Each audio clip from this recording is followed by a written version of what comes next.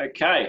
Hi, everybody. This is Cam O'Brien from the Key Bets service, the Champion Bets. I have decided to do a bit of a preview tonight for the Group 2 Melton Shandong Champagne Classic for 2-year-olds up at Doomben on Saturday.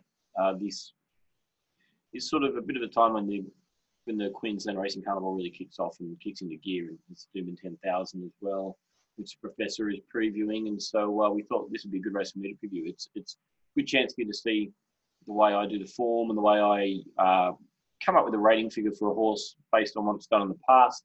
And to be honest, a 2-year-old race is probably a race where the ratings in a lot of ways mean the least, where you have to use the replays and you have to use your projections based on what you see as to how they're going to go in the upcoming run and in future runs, and what they might be capable of, what they might be capable of as they change distance, if they're going up or down in distance, that kind of thing. And where they map is obviously pretty crucial for a race like this too.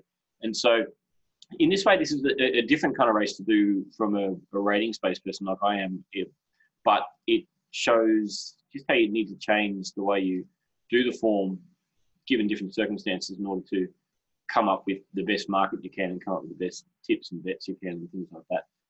So yeah, it's 1200 Doomben.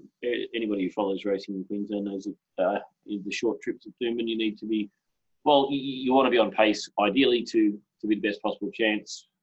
Alan Thomas used to love talking about how important barriers were at Doomben, and it's such a tight home bend that the reason that is the case is fairly obvious. And so to map well at Doomben in the short trips is pretty crucial. So the first thing you do at a track like this is map it. It's less so at Eagle Farm, the bigger straight, but we'll have a look at the map. And in this, there's plenty of pressure. The Odyssey, if it starts, is going to be very likely trapped on a limb. There'll be a lot of pressure early. There'll be horses pushing up, trying to get the lead. It'll be unlikely for it to be anything but a good pace early, settle down to an even pace mid-race. And but with these horses drawn wide, there's not going to be much of a relief, I wouldn't think. It'll be at least an even to good pace. And that means that if horses want to run on, they can.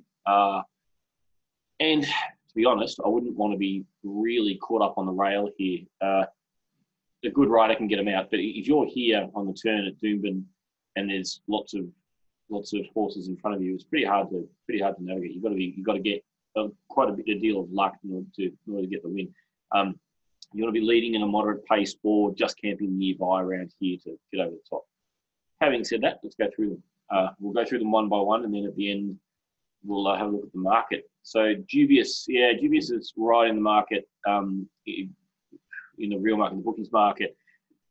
Kieran Maher, he debuted really well back here, going 106 at Randwick, and looked a really solid horse on that. And he's gone okay since, a couple of okay runs here, but they were nothing like on the videos or on the ratings what that 106 was. And this started this prep, he came back okay here, going 102, and then I'm happy to forgive the run on the wet track here on the heavy 8 at Rose Hill last start. Just matter of handled it, but and was wide. But the 102 was okay. It wasn't sort of 102 plus or anything like that. However, it's Kieran Maher, it's got J-Mac on its back, and so you're sort of thinking, well, I'm starting with 106 in my mind and thinking, can he do the 106? I certainly can't push him beyond the 106, but can he do the 106? And where am I going to mark him? He's a hard one to mark. He's had 49 days off, so you think if he's had little niggles, as it looks like he's potentially had, then maybe the 49 days, maybe they've got him finally sorted out. And if he goes 106, he's going to be right in the market, right in the race, I should say. And he's going to get behind the pace here. I doubt J-Mac will really get caught up on the rail. I've mapped in there, but McDonald will probably be sort of holding one off in order to try to get in the right spot to give himself options to come through. With pace on, he'll probably end up in a good spot. McDonald's not going to end up stuffed up by it. So I gave 104.5. I could have gone a little bit more. He's a hard one to mark. It'd be a really good horse to get to know what the camp thought. Like if he's firing to hit him right, I'm making a $7.40 chance, which was off the 104.5.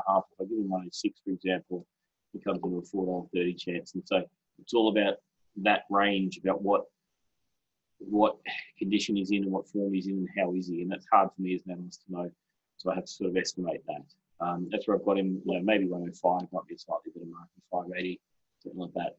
So that's roughly, we'll leave him at that 1 in 5 and 5/8. That's about where he's at. The Odyssey, yeah, it might not run. No jockey listed at this stage and drawn the outside. This win here at Doomben 2 ago was very good, but he led in a slow pace and kicked away, and that's favourable. That's advantageous, obviously. And then he was good here on the heavy as well, running at 99. I have to consider at this stage that 103 is probably his top and drawn off the track. So 56 days off, but drawn off the track. As I say, he might not run. Maybe he's 104 horse with a double step on the back of his first win here. In 89, 94, maybe 99, maybe he's not 104 horse. He's hard to mark, but with barrier 15, he's going to struggle to get anywhere near a good run. So, yeah, I imagine the horse might not run. Strasbourg, he's one of these ones who started his career really well. It's Snowden and McAvoy and looked really good, 100, so you're immediately thinking 105 horse. Comes back 99 and 100, and without a great deal of luck, and then on this wet track here, just weakened out a bit. Has had a freshen up since. So again, hard one to mark. 105 horse on the make potentially. And then we go across and have a look at the map. And yeah, he maps back here, but yeah, it's not a great position. It's Karen McAvoy, so he'll be looking to try to get away from that spot. And he's obviously a great rider. I'm thinking 105 horse potentially going to make this some queries, 103.5. Again, with these 2-year-olds, it's hard to give them an exact figure. When they've had a lot more runs, you can sort of go, well, I know exactly what the size top is and what I want to give them. This one, hard to mark, but Peter and Paul and Karen, the great rock band, he may get to his 105. So 103.5 I thought was my fair mark. Sarson, this is the one I like in the race. Waterhouse and Blake Shin. Now, on debut, goes 97, moves up to the 100-second start and goes okay. Goes a bit sour and with 94 and goes out to a spell. The reason I like him is this run. Watching the replay, he was just completely and utterly outpaced. $2.10 for completely and utterly outpaced over 1,000 metres first up, and just got to the middle of the track and just kept working home really well. Was really strong on the line and strong through the line. This said to me there's more to come than 102. 1,200 metres, obviously, off the 1,000 first up is a plus. Barrier 14 is not ideal. I have him mapping here. However, it's Blake Shin, and there are horses in front of him who may give him a cart in the race with pace on. That might end up being the right run. He might end up sort of getting a cart in, switching out the middle of the track and running on. I haven't even given the horse near its 107, which I think is its obvious top. At some point, given 105.5 and have it on top. Jagged Edge, interesting horse, running really fast time on debut at Caloundra. Won really well there, kicked clear and won really well. And then a bit more workmanlike when he won at Eagle Farm last start over 1,000 metres. He might just be looking for 1,200 metres now, but given he's never really been overly fancied. $4.50 in a maiden and did it well, and then $6 at Eagle Farm. James Long was a good rider, and yeah, I just didn't want to really push him beyond the 103. He maps okay, really maps really well, but that'll depend on him getting a run, obviously, getting a split. But he should be in a good spot. I give him 103, but he's hard on a mark. He might have, down the track he may have a 108, especially given how he won his maiden. Where I'm marking that for tomorrow, or for Saturday, I should say, is, I just want to give him 103, just especially given how workmanlike this second run was. He didn't really seem to have a great deal on the line, but maybe he's just got a bit more fitness from that too. Garibaldi, can completely forgive this run first up. He looked at potential 105 horse after he'd gone 95, 99, and with a big market rate, and then just a allotment problem there. I started with the 105 as my thought process for where he might end up. He maps really well, just off the pace with obviously a bit of pressure. And so I end up with 103.5, and it makes him about $11 chance. So he's a chance disruptor. Yeah, that's right. Yeah, he was good resuming. Another one who you've got to try to project and find out what the top is. And I was sort of thinking around 104 mark might be his top. It's a lot of projection with these horses. I've just attempted to sort of work out what their top is, and as I say, 104 might be about his. He on the page. He maps wide like Zarzan, but he maps for the trail potentially. Yeah, so it'll all depend on how he goes with luck in running in that respect. But another one who's got $11 chance. Ballistic Boy, yeah, he's much more in the market than I am, given 2001. He won, but he didn't rate well and just needs too much. Karu King, yeah, he was a good winner here on the soft. He led and he kicked, but it was a slow pace. He did have it his own way. The one who sat outside him dropped off and just didn't handle the wet. And I've got the feeling that most of them didn't handle the wet and was probably on better ground on the rail there when he won. We watched it and he was Rockhampton, so it's a long way from Rockhampton to Doomben. 05 Glory, yeah, he was good finishing this off, but sorry, she was good finishing this off. This win back here, this first win of her career was pretty impressive, and she did sort of finish off okay in that race that Jagged Edge won. I thought they were all a bit sort of grinding in the line, but I've got to be able to say this was potentially 1 or 2 off at 97. This was first up. On the map, 05 Glory is going to get out of it from that barrier. Has to go back here. Something might not be that far back, but might end up here with Zarson, something like that. But with pace on, that might be okay. Again, harder to market. The 101 makes it a $20 chance. I can't really push up much more than that. Yeah, New Dorp's an interesting horse. This was potentially a win that was pretty close to her top. She led and did have every possible chance in a moderate pace. But then again, you've got to forgive this heavy track run second up. I've got to say that 99's not her top long term, but for this prep, it might be. I've pushed her up a little bit. Brad Stewart's a pretty wily rider and she'll be on pace. Again, it's projection to work out what she can get to 56 days off. She might have taken the step in the paddock. Yeah, good humour.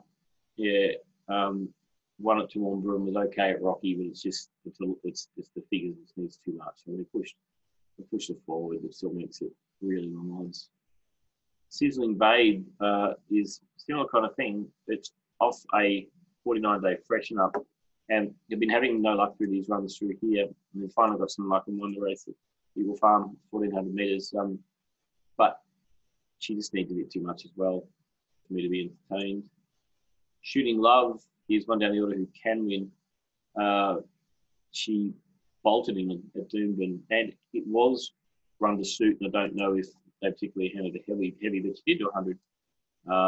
She's turning goal now instead of Ben Curry, which is obviously topical.